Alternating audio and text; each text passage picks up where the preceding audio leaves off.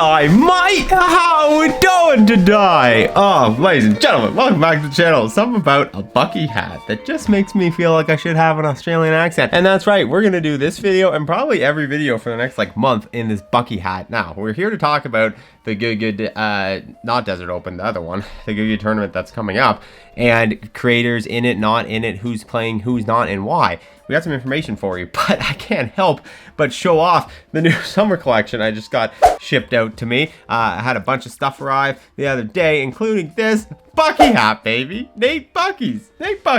These good towels. Also, the white one is already on my golf bag, and it looks insanely fresh. But this blue one right here, I mean, this is just terry. I don't know if I mean, this is probably the most excited I've been since the last time they sent me a bunch of stuff for their last drop. So it's really cool. Check it out. All right.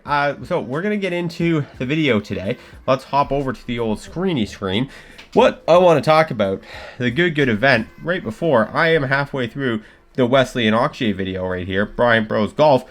I love me a simple title, you know? I love me a simple title, and I feel like you can tell who's on top of the YouTube golf world when you can just have a simple title, Wesley versus Akshay, and a really simple thumbnail, two guys side by side versus, and it gets 13,000 views in 1 hour. Brian Bros are on top of the world right now. I love these guys. I am so proud of them. I was just chatting with Wesley this morning. Man, they are some of my favorite people on planet Earth. So anyways, go check that out. This was just what I was watching this morning, so I figured I would share it with you. But what I want to get into, Good has announced some more additions to their event, the Midwest Open. There we go. I keep wanting to say Desert Open. It's not the Desert Open.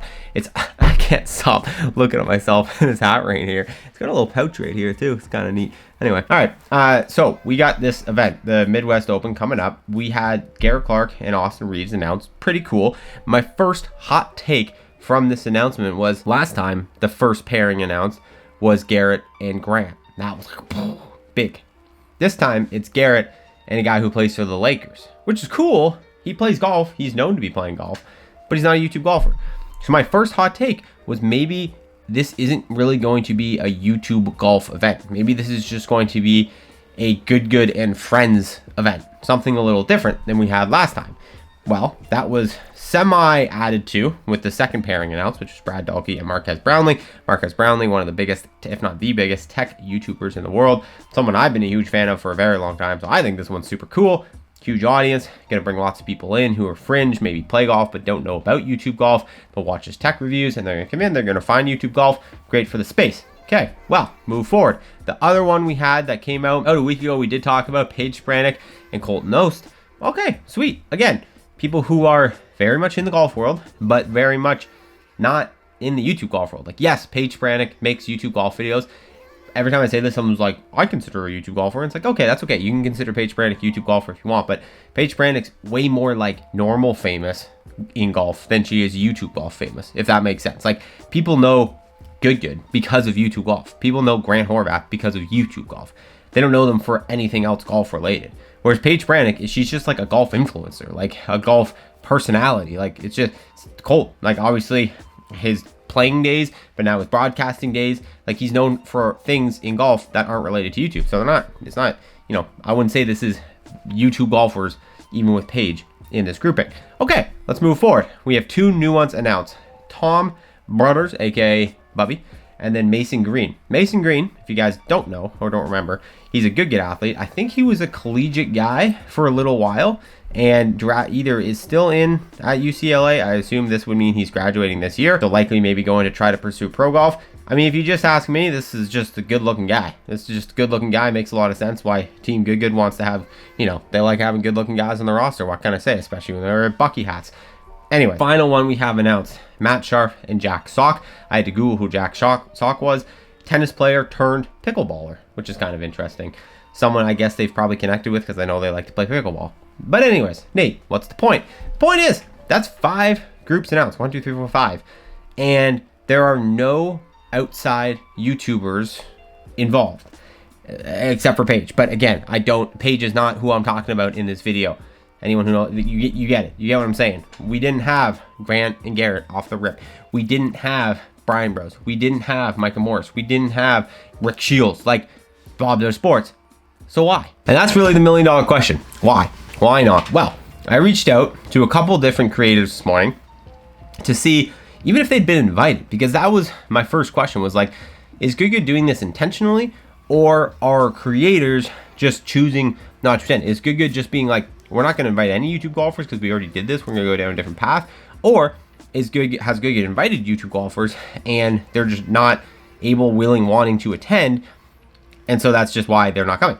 So the first thing I will say is I don't know everyone. I don't know the story with like everyone, if they're coming, if they're not, whatever. But I've talked to a good amount of large YouTubers who I have connections with and relationships with, and I've essentially had confirmation that people have been invited. This is not a lack of invites. People have been invited. Good has invited people. This is not Good being like, we don't want you here. People have been invited. And for the most part, the responses I've gotten from individuals as to why they're not going is all just scheduling conflicts. It's all just, we have this going on, we have this going on, we have this going on, we have this going on. So I think probably on some level it is a mix of, yes, of course, they do have scheduling conflicts, but like if this was like, hey, come play at Augusta National and you can make content about it, like they'd probably move those scheduling. Like we talked about this with Rick last time when Rick was like, I have scheduling conflicts. It's like, well, if this was, you know, another invite to go play Augusta, Rick would probably move whatever he had that was conflicting his schedule so he could go play Augusta National. Like, it's a priorities thing, and that's fine.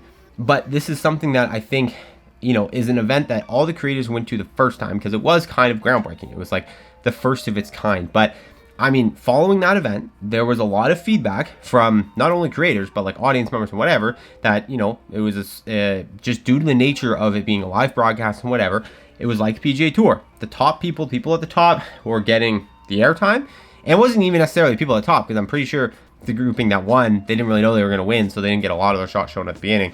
It was kind of like some select marquee groups. And so the benefit from the exposure standpoint for the creators, maybe they didn't really feel like was there. And then obviously you're traveling, you know, you're staying in this place, it's a large time commitment. Yes, you can create content, but kind of just like the Myrtle Beach thing, it's like, you know, you're going to be limited. I know, if I remember correctly, Good was holding kind of a day on the course where creators who came could shoot their own content if they wanted to do like matches with each other or whatever. But I don't know, I feel like YouTube golf's in this interesting place now where it's like creators aren't really, the top dogs aren't really incentivized to do something by just being able to collaborate with each other, because all the top creators have already collabed with each other like 40 times, and it's kind of gotten stale on some level. I don't know how you guys feel about it, but like I get way more woken up and excited to see Wesley and Akshay playing, or Grant and that 15-year-old that we'd never heard about who's like the next like Scotty Scheffler, them play, than I do to see like Grant and like Bob the Sports play. Like I've seen Grant and Bob the Sports play. I like both those guys, but we've seen it before. So just telling those guys, hey, you can come and, you know, you have an opportunity to collab, it's like, well, they already get that. So anyway, what I'm trying to paint the picture of here is I guess the creators just aren't seeing the incentive, I guess, behind it. Because again, it's like, I get it. Scheduling conflicts, I get it. You guys already have things planned out. This was like the Rick Shields thing. But once again, if this was something you were like, holy crap, like I have to be there, then you build your schedule around it. So it's just interesting, man. We've talked about this before. Like Good's doing all the right things. They're putting together these high quality events. Like they definitely learned a lot from the last one, and they're going to try to improve this one and make this one better. And, you know, they're stepping out and doing something different, and it's something that we've all claimed we've wanted for a long time. But it's tough when it's like, at the end of the day, you can do all the right things, like I think Good is for the most part, but it's still up to the creators to want to show up. And this is something I try to tell people all the time. You would be absolutely mind blown how many people have come to me over the years I've been doing this, whatever, and been like, hey, we want to start like a YouTube golf league. Like we have this idea, like literally multiple people, organizations, businesses. And it's just always the end of the day is I'm just like, how do you think you're going to get these creators to participate? Like that is always going to be the bottleneck. That is always going to be the thing you're going to struggle with the most, because I guarantee you whatever you think an incentive is for them is just not an incentive. Like unless you're just going to give them $1 million cash, like there's very little that's going to move the needle enough for them incentive wise to make them want to change what they're currently doing. All creators are chasing the best content possible, hopefully, and you know, that's just got to be their North Star, the bigger, better thing. So this kind of stuff is tough. Like as much as we want to see, you know, the best versus best on YouTube in these big tournaments, like, you know, we run into broadcasting issues. People like to watch YouTube videos. People don't watch YouTube. We've learned for, you know, broadcast style content all the time. So you struggle with how to blend those two things, and then you also just have, again, creator participation and willingness. So I don't know. I will also, like I said at the beginning, caveat, like we could just have some big last minute announcements. Like I sort of think that maybe they announced Grant and Garrett last time, like right at the beginning, but maybe they're saving like a big pairing that's coming at the end. But I don't know, it's gonna be interesting. Rick did say that I think he was gonna try to attend this one because he couldn't make the last one, so maybe he would be like a big last minute, well, he would be a big last minute, like he's coming. Guys from Bob to Sports, that'd be a big last minute, they're coming. I don't know if either of those two, if they're coming or not, but you know, anyway, so that's the update, guys. I'll keep you posted as we see these things come out, as we see the tee time, or not tee times, but the pairings continue to be released. And yeah, I mean, at the end of the day, like it's not a good or bad thing. It's just like a different thing. I've talked about it before. I like if they're going down maybe a route of having, whether it be by choice or not, having these like YouTube golf adjacent or golf adjacent people who can bring in kind of different audiences to YouTube golf. I think that's a net positive for good and for YouTube golf. But I would love to see, like, obviously like Rick Shields or someone like that there, but I don't know. How we're going to? Call me your thoughts down below. See you next one.